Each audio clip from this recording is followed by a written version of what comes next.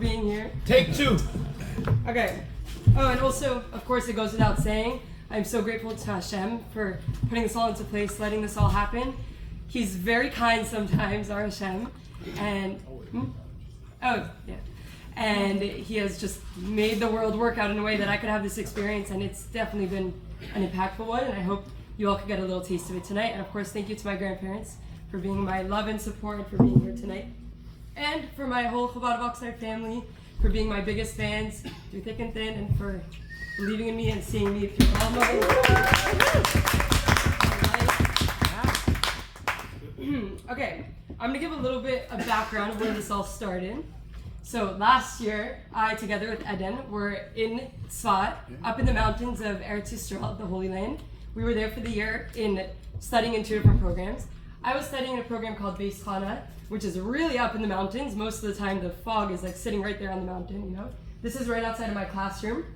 And one day, I'm learning in class, it's in March, and as I'm exiting my classroom, a friend that I play football with was exiting her classroom, and she turns to me and she says, "You would go to Ghana with me." And I was like, "Yeah, sure, what's that?" And the rest, as they say, is history. We did our research, we looked into it a little bit, we spoke to friends that have been there before, we spoke to the Rebbitzin that's there, and I spoke to my mentor, and I think I mentioned it to my parents maybe.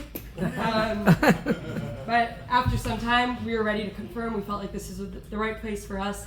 And the first step in confirming, one of the first steps was to notify the Rebbe. Now, from the very beginning, I knew that this trip was not about me. It wasn't about my own fun and my own enjoyment. This was about representing the Rebbe. So first step, we're ready to confirm. Let's let the Rebbe know and ask him for his holy blessing, for his bracha. So that's what we did. And yeah, I knew it was about following the Rebbe's vision of just reaching every Jew wherever is needed. So this is actually something that I just remembered, so I decided to include it, where this picture of the Rebbe was hanging next to my bed in seminary for the year. When we came in on the first day, each bed had a picture of the Rebbe already waiting there for us. And yeah, I had this near me all through the year in seminary. As I was leaving to pack up, at that point it was already confirmed, my next step was going to be Ghana. And I was looking at this picture and I was thinking, it has like Velcro on the back, so it does come off. And I was thinking, should I leave this here for the next girl that's going to come next year? And then I was like, no. Just because I'm leaving seminary doesn't mean I'm leaving the Rebbe behind. I'm taking him with me wherever I go. So I decided to take it with me. It's been living in my backpack ever since. All of my trips, wherever I've been, the Rebbe comes with me. Okay. After seminary, I came home for a little bit. I worked in an overnight camp over the summer in Toronto. I came home for like literally, 2 weeks or something. And I was back out. It was time to go. So, okay, I'll tell you a little bit about getting there. Okay? After about 2 days of traveling straight, I wrote this down so I could remember. Taxi, train, plane, shuttle, plane, van, and I arrived in my new home. So here you can see Ghana. It's in West Africa, under the coast. Here's the view from out the window. You can already see from up here the roads, the dirt roads, and I was like glued to the window from the first step because it was just so cool. It's nothing like anything I've seen before. As the rabbi picked us up, actually, he was driving us in his van, and the rabbi's kids were trying to talk to us, get to know us. They were so excited, but we couldn't focus on the kids because we just couldn't take our eyes off the window. We were getting so distracted because you'll see later in my presentation, it was quite an interesting place with so much to look at. Coming into Chabad, we received such a warm welcome. They gave us chicken soup and hugs. I feel like every Chabad house is the same. They all have the chicken soup and the hugs.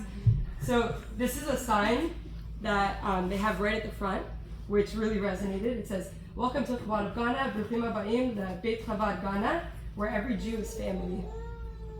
Here's their logo and everything, a project of Chabad of Central Africa. And this was our welcome sign for my friend and I. You can see the map, Ghana. So, yeah, you'll be hearing more about how every Jew is family later on, but this is just the kind of welcome we got. So we got straight into it. The first night after dinner, we met with the shlucha. We prepped our schedule for the next day, and we got to bed. The first morning, we got up 6 a.m. and got ready to greet the campers. We started with day camp. or as they call it in Hebrew, Ketana. So we started the very first day. We met the kids, we got right into it, we had a full day of fun with them, and we actually had Ketana for the first about 3 weeks. It was a great way to like adjust to the community. We had half-day camp, and just getting to know everybody was a great way to start, because these kids are adorable, and it was just a great way to get right into it. There's something about being with kids that's just a comfortable way to get acclimated, you know? Okay. Oh, here's Ketana. A little bit more, you could look at those pictures.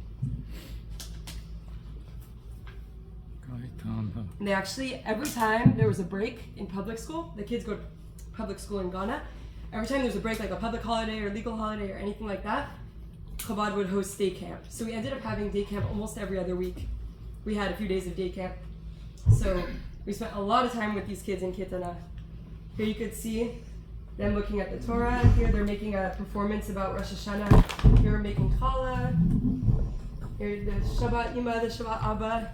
All the stuff you would see in a typical Chabad, preschool or day camp, but just in the middle of Africa, which is so wild. Okay, so I want to tell you a little bit about the Shluchim, the Rabbi and Rebbetzin there. Rabbi and Mrs. Majeski.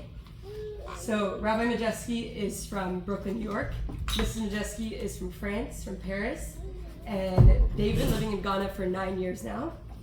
And they have 6 beautiful children that were raised there. So yeah, you'll hear more about their kids in a second. Definitely one of my main highlights of being in Ghana was living with their family. They're such a beautiful family with such strong values, and it's really, really incredible to see. We became part of their family. We were living with them and doing everything with them, and I learned so much from them. The Majeski children, they speak 4 fluent languages: English, Hebrew, Yiddish, and French fluently. They go to a Jewish online school in the mornings with children from a rabbi's kids from all over. To name a few places: Germany, India, China, Lithuania, France, UK, Thailand, Montenegro, South Korea, Russia, Switzerland, Poland, just to name a few.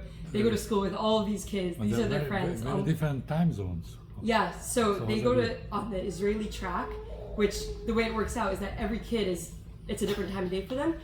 With the Majeski children, it was mornings, early mornings. Their day was over at 12. So that's part of why they bring out girls. We would come and teach them in the afternoons. We would teach them extra subjects like Chitas, which is the daily Torah study, which is a bit of Tanya, Tehillim, Chumash, Rambam, Sefer Mitzvahs, things like that. We would also teach them Chabad philosophy, teachings from the Rebbe, Hebrew reading, math, English and grammar, things like that. We would teach them in the afternoons. And they also have a lot of extracurricular activities, which I was blown away by. Their parents built for them this rich schedule where these kids are not lacking anything by living so far away, and if anything, their lives are enhanced by where they live and the opportunity they have. Their parents give them things like horseback riding, swimming, gym, dance, almost every day. They just have all these awesome activities, extracurricular activities. They're really very, very cool kids. Here you can see this is on a trip with the family. Here's painting on the beach. Here's on a trip with the girls. Avram was asking if I was holding a crocodile. So yeah, these are just some of the beautiful children. Okay. One of the main questions I get asked, so I thought I would do it pretty early on in my presentation, is who lives in Ghana? What is the community there? Why is there a community there? So this is to explain a little bit. Most of the Jewish community there is Israeli. They're 80% Israelis. Within those Israelis, most of them, as you can see here, most of them are business expat families, which means they come, they either run companies or they own businesses or they're working for businesses, things like that. Then there's a few diplomats from other countries. For example, the American embassy had a family there that was Jewish. They were there for I think 2 years or something, so they joined the Hebrew schools and everything. There are some volunteers, some foreign exchange students in the university there, and very, very few tourists. You can see the black is the tourist because they really don't have a strong tourism built in there, which is part of why their economy is suffering so much, because a lot of money that comes into these countries are from tourists, and they really have very, very few tourists, especially very few Jewish tourists. So, yeah.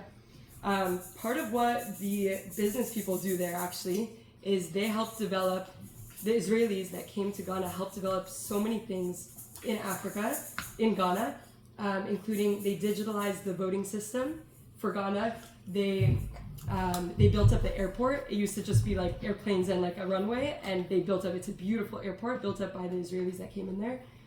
Their agriculture, their high-tech security, their technology, so much of the stuff that has been built up in Ghana, which actually brought it from third world country to second world country, was from the Israelis and business expat people that came in.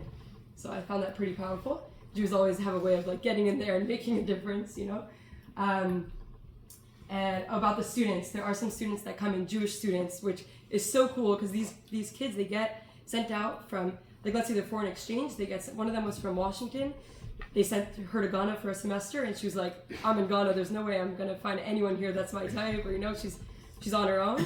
Little does she know she finds Chabad, she's there every week, she's joining for Shabbat meals, and she finds a family there. So really, really cool how they could be there for all different kinds of people. Okay.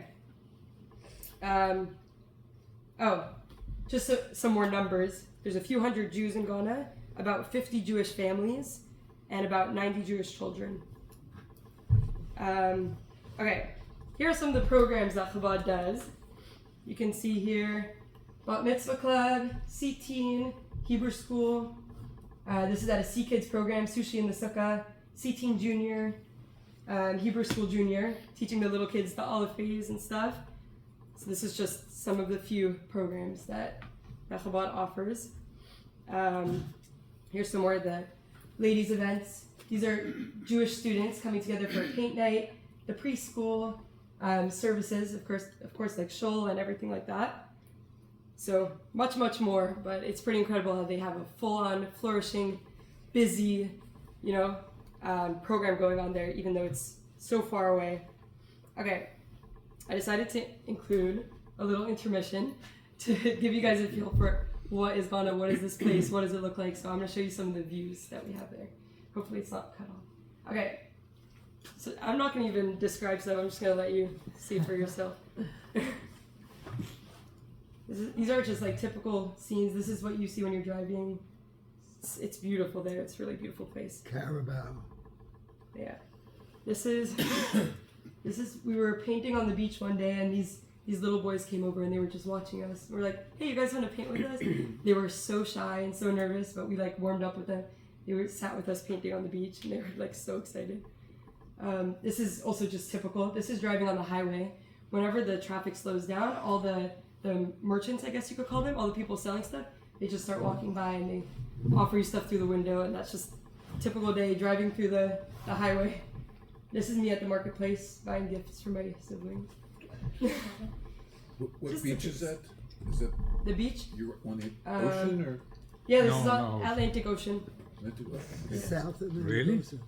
Yeah, we have to look back on the map. But. The West South- Africa. The South But I have Atlantic said that it's It was by the landlocked, coast by- the way it was shown. This right across from Brazil. This is also a pretty typical site. I missed something. They burn. This is on a regular street. I needed to get some fresh air. I walked out. I took a walk around the block, from the Chabad house, and I just see burning fire. They basically at the end of the day, all the leftover trash or like leaves or whatever, they just they make little fires to clear the roads, and nobody minds it. And, this is pretty significant. It was a very heavy day for us. We went to visit one of the ports where they shipped out the slaves from. So this is one of the lighthouses where probably hundreds of thousands or maybe even millions of slaves were sent out through here. Very heavy. We got to see the dungeons and it was. I won't go into detail, but it was very, very intense, and yeah, just heaviness there. But Ghana has a very big historical significance because it's a port city, so a lot of trades and stuff happen there. Yeah, just some other typical stuff. This is the view. A guy in their community has a pool and a gym on his roof. He let us use it. This is just the view. I would go there at least once a week and just enjoy the views. And, get some fresh air. I couldn't not do a slide about the animals there. I love animals, and this is very exciting for me. This is just a few. This is a dog we found on the beach. This is a baboon. Here's some goats that were next to the car. We asked the Uber driver to like pause a second. We went to talk to the goats. A monkey. Here you can't really see, but there's goats on top of a truck. A snake. Oy. Just some typical things you'll find around. What's that goat on the truck exactly? The goat on the, yeah. I wish you could see it bigger, but okay.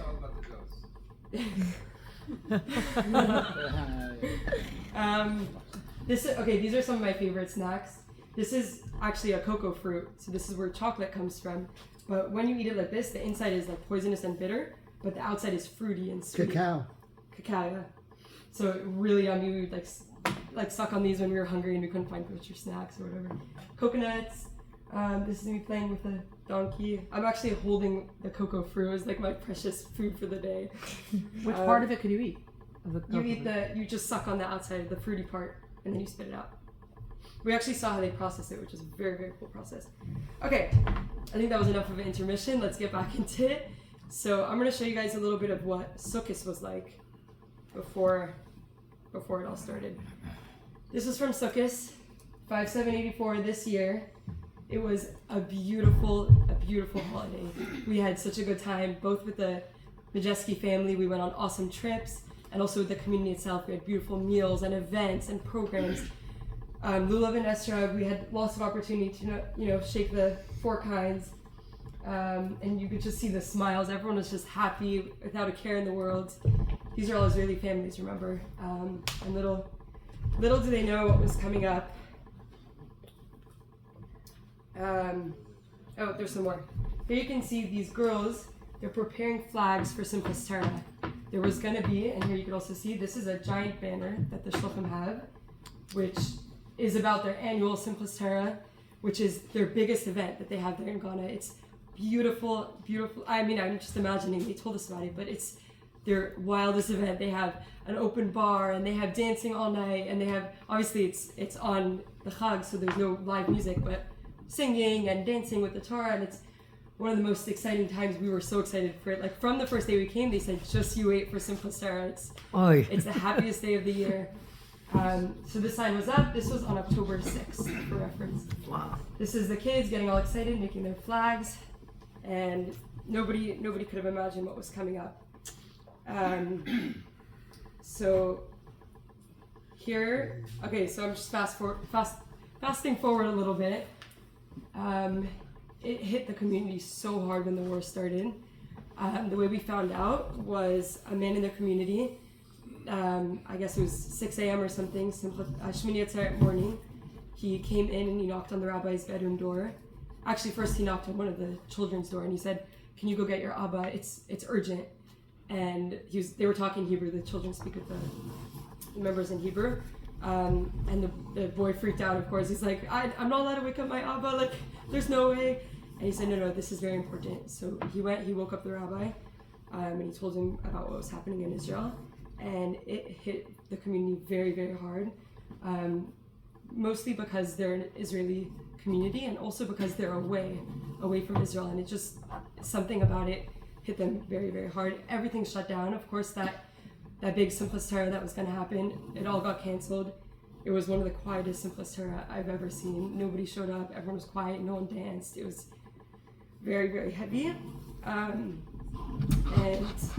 also a few other factors that made it more intense in Ghana was that there's a large Lebanese community there. So there was a lot of, I don't know how much tension there was, but there's a lot of concern about the tension. So the Israelis were laying very, very low. They actually all went on lockdown. They didn't leave their homes. They had high security, in addition to the security they anyways have. And also the Israeli embassy put out a message saying that Chabad is a Jewish target, so they recommend that nobody goes there. So for the next for the next like 2-3 months, nothing was happening at Chabad anymore. No one was allowed to come because of like this, the embassy saying that it's a Jewish threat. So they recommended not going. Another issue in Ghana was that the television channel that's free, which most of the people use, is pro-Palestine, basically very much biased to one side of the story, and there was a lot of propaganda and a lot of misinformation. So it was also like the whole the Ghana community was hearing the wrong information, had this wrong impression about it all. So it was very, very heavy. Here you can see some of the Israelis put up this giant "Bring Them Home" sign. Here's another one. A few of them around the city. These are massive posters right in the center of the city. So on the one hand, we had this. We had like the heaviness. Which city is it? Accra? In Accra, Ghana. But at the same time, most of the Ghana people, they are Christian. So most of them are very, very pro-Israel. They have this strong sense of Jews and they're all for it and people of the Bible, and they were super supportive. We started seeing a lot of stuff like this. Israeli flags. This is in an Uber. Israeli flags going up everywhere by the local Guinean people, which was very empowering for us. The way we looked at it, like I looked at it personally, was like them putting up Israeli flags doesn't mean that, oh, we're okay and we must be right that Israel, is our country. But it was definitely it was meaningful for us to see that other people were able to recognize it. Like, yes, we know for ourselves that Eretz Israel is our holy land, but it was so impactful to see that they were ready to recognize it as well. So that's a little bit on that. All through this, Chabad did not give up hope. Chabad was so strong and really kept showing up there for the community. Here's some of the stuff we were able to do for the community. This was on the day after the war started. We went to, being that they weren't able to come to Chabad, we went to their highly secure compound. We had to go through a bunch of security. They actually blocked off all the roads around their Israeli compound. We're all like barricaded. We had to go through a bunch of securities, and they were asking us questions and everything just to go into the compound. We brought like coloring sheets. All the Israelis live in the same place? So I'll talk a little bit about it more, but most of them live in these compounds with fellow Israelis. So here you can see this cute little girl, Anna. She's coloring Eretz Yisrael, and as she's coloring it, she asks her Ima, like, where does Savta live? Savta lives here, and she's like, they're talking about like their families are all there, and it's intense for them, like everyone's there still. This is some of the stuff we brought. They say, Or Katan Sheli, my little light. We brought like little lights for the girls to light at Shabbat. Unfortunately, one of the boys from the community was actually killed in Gaza on October 7th. So we gave out a Ner Neshama for him. The parents still live in Ghana, but he went back to Israel. So yeah, there's a lot of heaviness there, but we kept strong. This is some of the stuff that we did. We had these beautiful, beautiful challah bakes, partly arranged by the Rebbetzin, by the Shlocha, and also the community initiated it as well. This one was a challah bake. I think it was about 40 women, girls of all ages, like literally from the youngest to the oldest.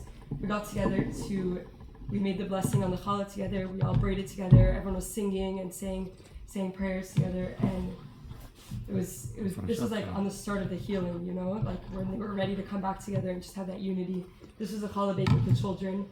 We're so happy, and all the kids like able to be together and having fun. And we were talking about we're proud to be Jewish, and both of these were in homes of Israeli families that welcomed us all in and said we want to be part of this. This is a segula. This is a good merit for us and for our families. So,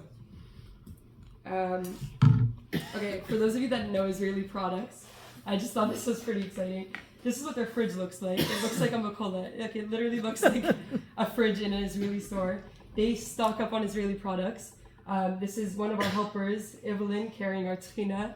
This is the stuff. We were living like an Israeli home. The food was all from Israel. Everything was, Eretz Yisrael is part of who we are, even in Ghana, Africa. Also, by the way, a lot of people come to Chabad for the Israeli food. Like it's a real pull. Like a lot of these Israeli families, they're like, we don't care about religion. We're not in for it, but they wanted the Israeli cheese. Okay, before I move on. So yeah, the community was definitely very, very touched by Chabad's efforts, and it really did make an impact because people were starting to open up more. People were feeling connected. They felt like Chabad was there for them no matter what, and we tried our best to be sensitive because a lot of them just wanted to stay locked down, but we were giving them hope and giving them things to look forward to and stuff like that. Okay, I now want to highlight a few people in the community and tell you a little bit about their stories. We're going to start with the sweetest little boy named Meir. Meir is one of my best friends in Ghana. So here you can see Meir with the rabbi's son Zali. This was, he was very excited to see him. They're always hugging each other, but this was a cute one. So a little bit about Meir. Meir's mom, Melissa, is from Chicago, a Jewish girl from Chicago, and she got married to a man named Caleb who has Ghanaian origin. So he's never been to Ghana, but his family comes from there. They got married, they had their son, and something for legal reasons, he actually got deported back to Ghana. He's never been there before, but he got sent back. And at that time COVID started, so he went back there to figure out his legal stuff. She was in Chicago with her new baby, and after, like, when COVID slowed down a little bit, she decided she wants to have her family stay together. She wants her baby to have a dad, so she followed him to Ghana. So now the family's back together, they're living in Ghana, and that's where they meet Chabad, and their lives are forever changed because Chabad got in there. First of all, Meir had a bris, and he got his Jewish name Meir. He was 2 years old when he had his brit milah, circumcision. And he's in Ghana, he's in Hebrew school, he's full on part of the program. And Melissa, the mom, she really feels like Chabad is her family, especially being so far away from home. She loves coming to Chabad. And she actually mentioned one time, she says it all the time, but by Friday night meal, every Friday night they come join us for the meal. And she said, if I would have stayed back in Chicago, I would have nothing to do with Judaism or my Jewish family. Zero. But now that I'm here, I'm fine. I love Jews. I love being part of it. So it's just cool to see how she really felt more connected with who she was as a person coming all the way out here. And for all we know, maybe that's the reason they had to come out. Are you going to tell us about the rabbi chasing him around in his bris? No. Okay. I guess there's the videos at the end. Next up, we have Mickey.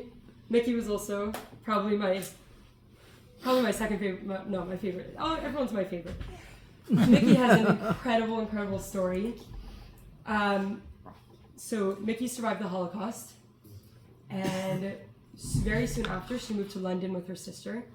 And while she was there, a man from Ghana met her and said, "I heard everything that you went through." She lost her whole family in the Holocaust, right? He said, "I heard everything that you went through. I am so sorry. I promise if you come with me back to Ghana, I'll take care of you. You'll be a princess, and no one will ever hurt you for being a Jew ever again."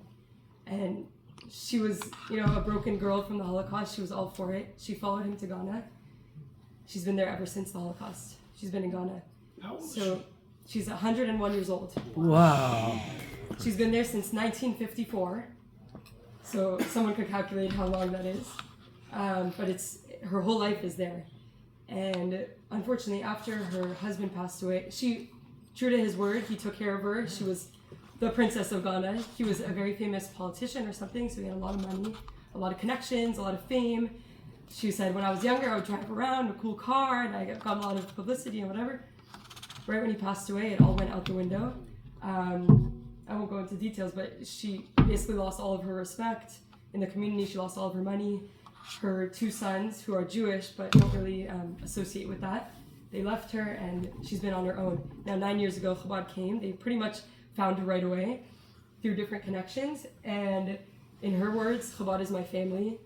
And she really, really feels that. And we feel that when we go to visit her. The Majeskis go there all the time. We sing with her, we play games with her, we talk with her, we hear out her story, we cry with her. Like, she's just a powerful person that it's just, I have no words. Like, I can't even imagine being alive for that long and living through what she lived through. Here's me with Mickey. This is her with Zali again. This is on Hanukkah with the whole Majeski family, singing with her, and we played dreidel with her and lighting the fire with her.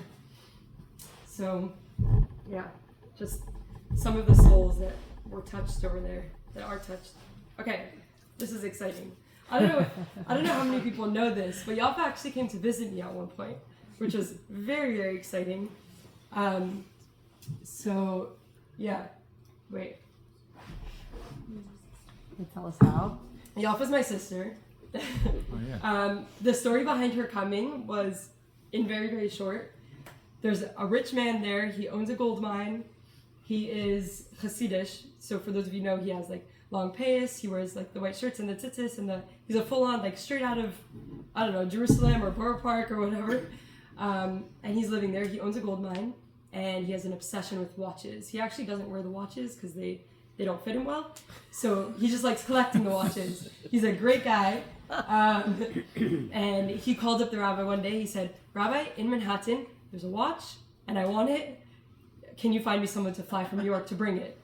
So Rebbetzin obviously was like, "Hey, do you guys have any friends? Like, free ticket from New York to visit you guys?" Like, we called all of our friends, like, who's coming, who's coming? Finally, forget about friends, I'll just take my sister, second best. So I told Yafa about it. She was ready. The next day, someone came by on a bike and gave her the watch, $50,000 watch. Gave her the watch, sped off on the bike. She was holding it. She describes it much better, but a guy came in a car and said, "Hi, I'm here to take you to the airport." She got in with the watch. They sped to the airport, the whole thing. She came to Ghana the next day. She gave the guy the watch. He was trembling. He was so excited. It was quite a story.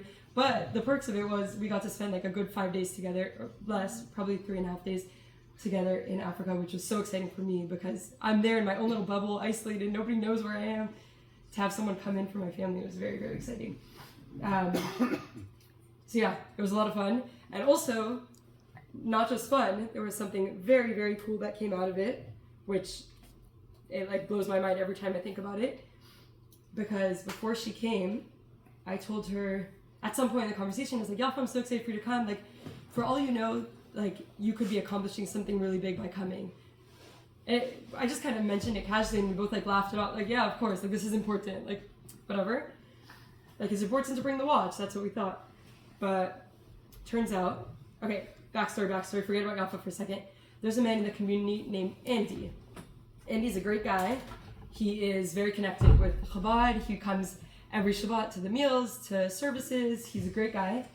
And he one time told the rabbi, "I want to start wearing tzitzis." You know that the rabbi could explain it? Yaakov will show us what tzitzis are. So he decided he wants tzitzis, but since it's really hot there, I didn't even mention it, but it's really hot there. He wanted mesh tzitzis, like kind of like a net, like a jersey. So the rabbi was waiting for someone to be coming from New York or Israel or somewhere that could bring these tzitzis. Fast forward to Yafa is going to be coming. The rabbi called her and said, "Hi, like in addition to the watch, would you be able to bring a pair of tzitzis for this man?" So she spends all day going around to every store, "Mesh tzitzis, I need mesh tzitzis," trying to, find, because most people wear like the wool one, so it was harder to find. She found one pair of mesh tzitzis. She brought it. In addition to, I think there was like cheese and some other stuff, chocolates and cookies and things that she brought for the family because they can't access that stuff locally. She brought this tzitzis. We totally forgot about it. I barely even knew about it. And then, after Yafa leaves, Andy comes back to town. He was out of town for a bit. He came back to town. And the rabbi calls him and says, "Hi, Andy, your tzitzis arrived. A girl just brought it from New York just for you." Andy bursts out crying on the phone. And he says, "Rabbi, ever since the war started, I've been so mad at Hashem, so upset. I decided I'm done with everything. I'm done with religion. I'm done with everything. I've no patience for this anymore. But you calling me now and telling me that my tzitzis just arrived now, right after I made this decision, I'm coming over now to get the tzitzis." He came over, he got the tzitzis, and he's been coming around ever since. He's the 10th guy in the minyan. He's a strong guy. He keeps the community strong and together, and that's the power of every Jew. Very nice. Wow. Okay, this is my favorite person in the community. Another favorite. Another favorite. Okay, this is Mama Lisa. She is the most adorable Ukrainian woman. She also has her own journey. I don't know what she went through. She's younger. She wasn't anywhere near the Holocaust or whatever, but she's also been living here. I think she had like maybe 5 husbands, so she has a lot of children that come around to Chabad sometimes. And she is she's a fighter. She's a strong woman. She has 15 cats. And we loved going to visit my coworker that I was with. Didn't like going for the cats, but I liked the cats, but I liked her more. We would go visit her. This is us doing the mitzvah of the Lulav Ben Esrog with her. We went to visit her one time, and she said, it was after the war had started, and she said, girls, do you know, I don't know how to imitate her accent, but she said, girls, do you know, if not for my leg hurting, I would take my gun and I would go to Israel and I would fight for Israel. And I believe her. This woman she's a fighter. She also said she would go to Ukraine and fight against the Russians. But yeah, she actually has this giant gun, and she's a wild woman. She's awesome. So she was also a very, very inspiring person to me. Just the way her Jewish pride, like she knows this song in Russian about like I'm a Jew and I'm proud. She's singing it in Russian. Very, very powerful. Powerful to meet people like this that are just living out here, like just the Jewish soul that like deserve to be reached.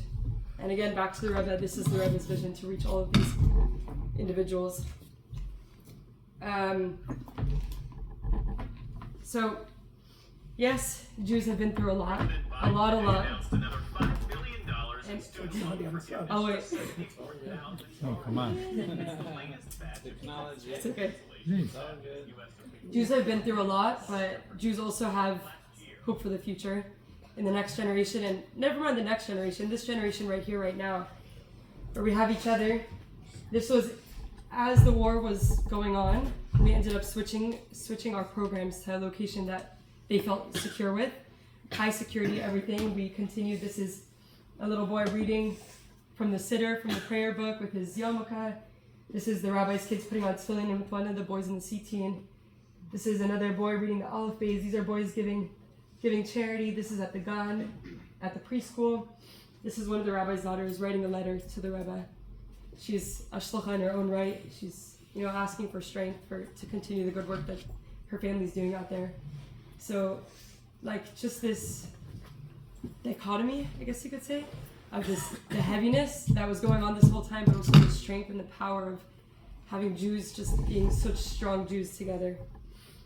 So, this is how we're going to end off, I think.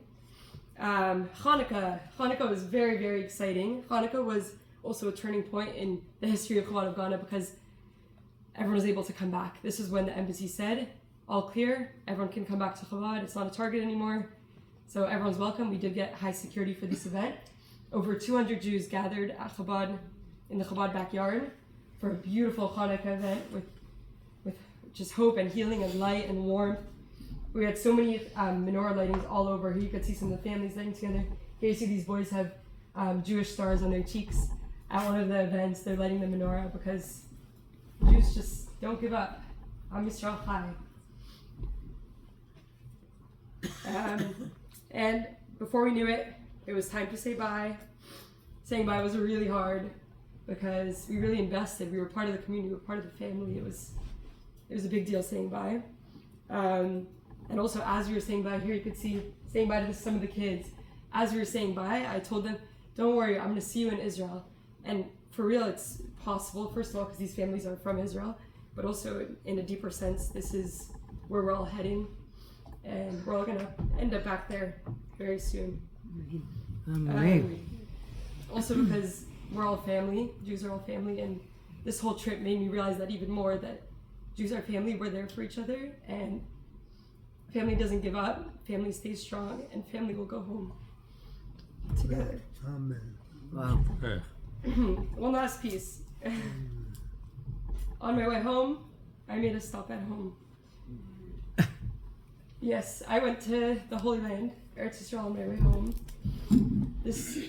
Speaking about home, this definitely made everything hit home. It just made closure on everything. Because coming to a country that's ours and seeing Jews happy to be together, and Adina's making Don't cry. Yeah, it really made everything like cemented for me that Jews are a strong force. We're there for each other. And yeah.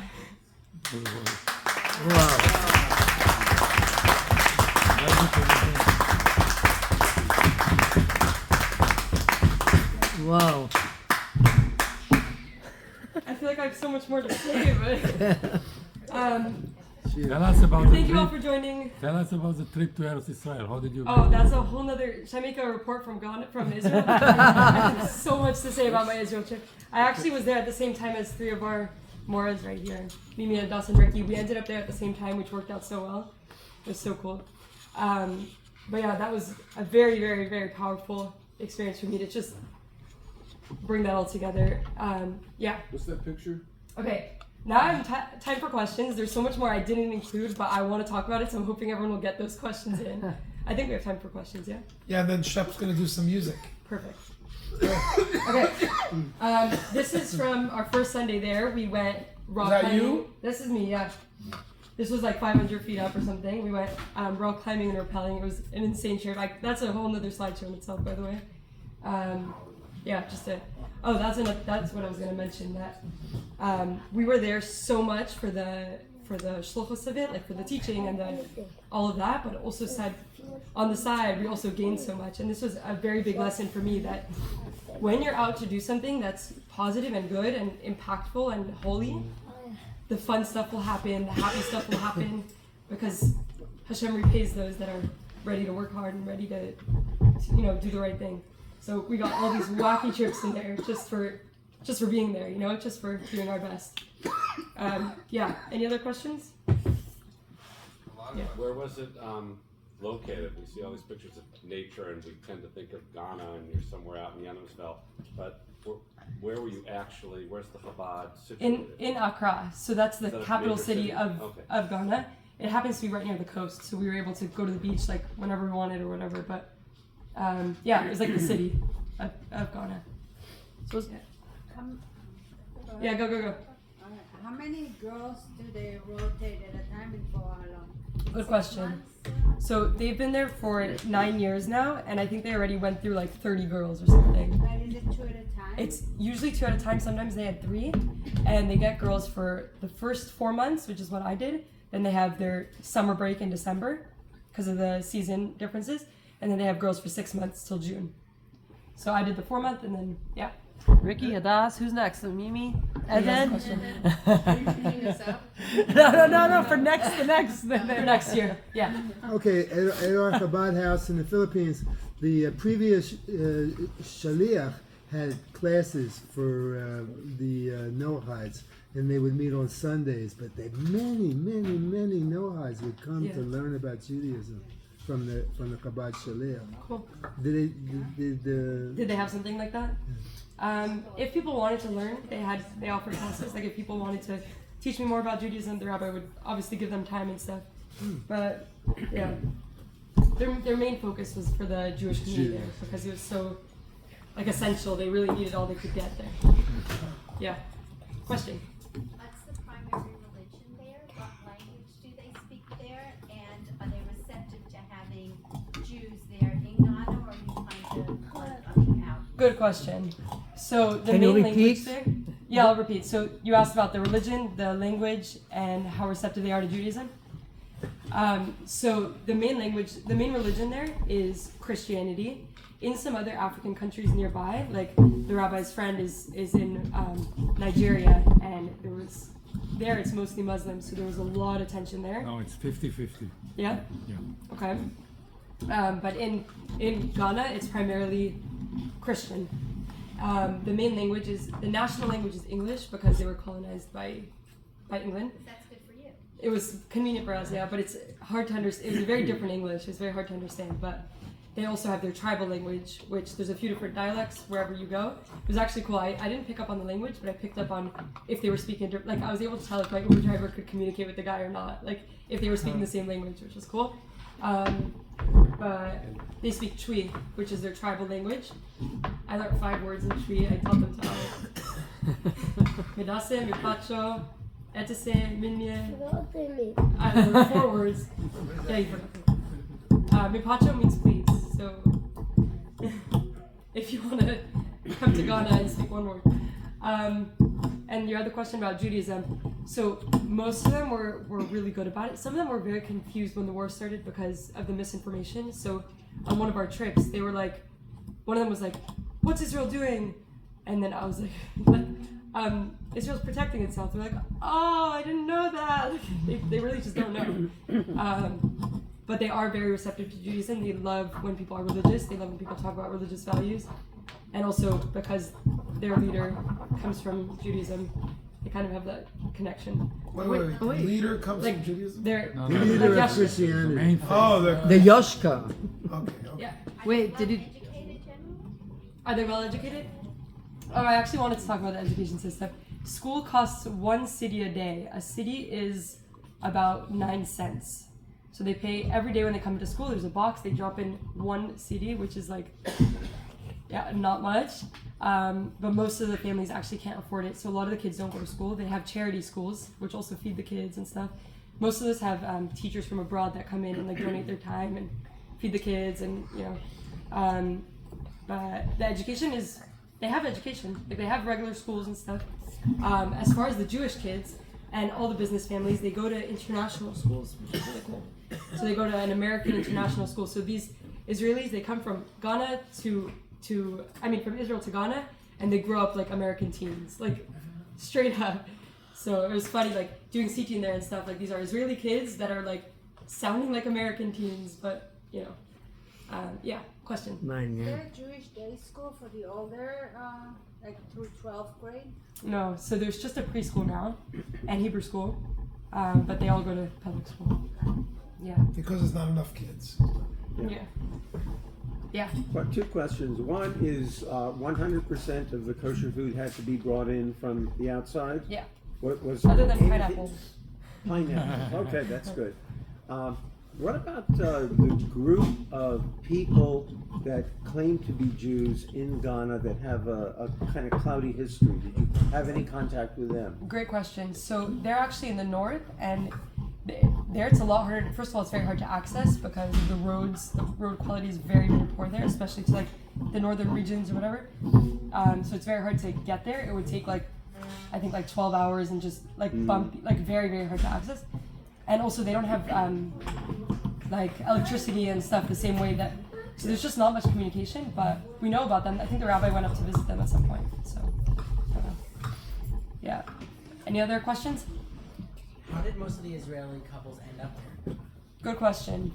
So a lot of them were sent out by companies. So let's say there's a dried fruit factory, you know, so they built up this dried fruit factory. They bring out a family to come work there to like get it all, because resources are very cheap, fruit's cheap, and labor is very easy to get. And then they sell the dried fruit for very high prices, You need things like that. management. But you need management. Right, exactly. So the Israelis come to manage. So a lot of them get sent out from their companies. Their companies pay for cars, housing, schools, everything, and then a lot of them come on their own, which is interesting. Like some guys come out to open a gold mine, like to work in a gold mine, or, stuff like that. Yeah. Just curious, do you have any IDF boys and girls coming through Ghana when they get out? What do you mean? The couples? No, when the IDF soldiers get out of the, they get out of the IDF, they come to the Philippines, they go to Nepal, yes. they go to South America, they go From Israel, you're saying? Yeah. Are they going to? So there's actually a Jewish agency has a house there, like a volunteer house. They bring out Israeli teens. They come there and I think they do like half a year, and they work with the local children. So we ended up getting a lot of I'm talking Israelis. about actual veterans who got discharged from the IDF. Yeah. So they come, like, let's say, like 18, 19-year-olds that are done with the army. Is that what you're saying? Yeah. And they'll come and volunteer or whatever, but not as tourists, more as volunteers. Right. Yeah. Over 21, not 18, 19. Yeah, like 20. Army, you finish it Right. 21. That reminds me that the day after the war started, this man in their community came to Chabad. He said, "Rabbi, I'm getting on a flight in a few hours. I'm going to fight." This is like October 8th. He said, "I'm going to fight. Can you wrap tefillin with me before I go?" Oh. And this is just one of the stories of the people. It woke them up. They're like, Yeah. I'm going to fight and I want tefillin. Like, steps from Chabad to the airport to fight in Gaza. Like, yeah. Questions? Any other questions? What about the founder of Ghana? Tell us the connection. This is wild. I just found this out. But the first prime minister of Ghana, so he was the one that I don't know how to pronounce his name. I have to look it up. Kwana, yeah. Nkrumah or something? Yeah. Nkrumah. Yeah. Nkrumah. Nkrumah. So he was the one that liberated Ghana, made it its own independent country, and he made the Ghana flag, and he he revolutionized the whole place. I just found out that he was in university with my Zadie's cousin. In America. My father's cousin. Just saying. Just before Shabbos, he said the first prime minister was my classmate in Pennsylvania University. And he went over to our home, our family's home, and hung out there. I was by his there's a whole memorial for him, and obviously it's a huge deal for them. He was the first one. He actually has a great quote that I saved. It says, "There's no forward and there's no east and there's no west. There's only forward." And like that was what he was a go-getter, and he really changed the place, changed the economy and everything. But he had a connection with my Zadie's cousin. When he was young. Yeah. Beautiful. Let's hear it for Chaya.